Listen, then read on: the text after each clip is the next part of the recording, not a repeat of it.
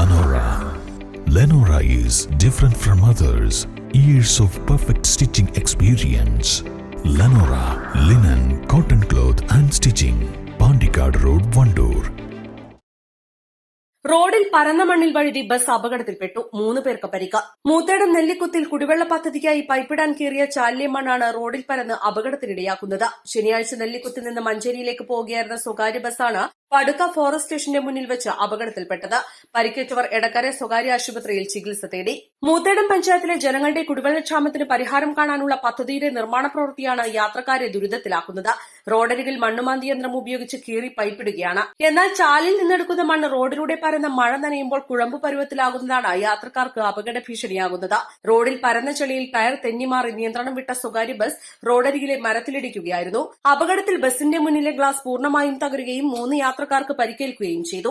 അപകടം തുടരെ നടക്കുന്നതിനാൽ മഴക്കാലം തീരുന്നതുവരെ പ്രവൃത്തി നിർത്തിവെക്കണമെന്നാണ് നാട്ടുകാരുടെ ആവശ്യം. വർക്ക് നടക്കുകയാണ്.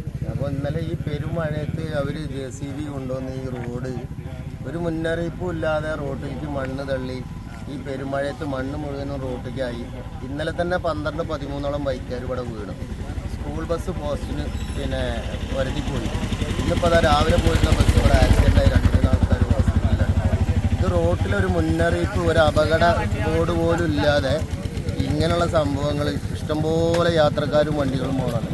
അപ്പോൾ ഇറിഗേഷനെതിരല്ല, ഇറിഗേഷൻ ഞങ്ങളൊക്കെ ഒരു സ്വപ്ന പദ്ധതിയാണ്. പക്ഷേ നാട്ടുകാരെ ബുദ്ധിമുട്ടിച്ചുകൊണ്ട് ഇപ്പോൾ ഈ കർക്കിടക മാസത്തിൽ ഈ പെരുമഴയത്തുള്ള ഈ ഇറിഗേഷൻ്റെ പദ്ധതി തൽക്കാലം നിർത്തിവെച്ചുകൊണ്ട് ഈ മൺവർക്ക് വേനൽക്കാലത്ത് തുടങ്ങണം. ഇതുമായി സഹകരിക്കാൻ നാട്ടുകാർ തയ്യാറാണ്. പക്ഷെ നാട്ടുകാരെ ശല്യം ചെയ്താലും ഇത് വലിയ ബുദ്ധിമുട്ടാണെന്നാണ് ഞങ്ങൾക്ക് പറയാനുള്ളത്.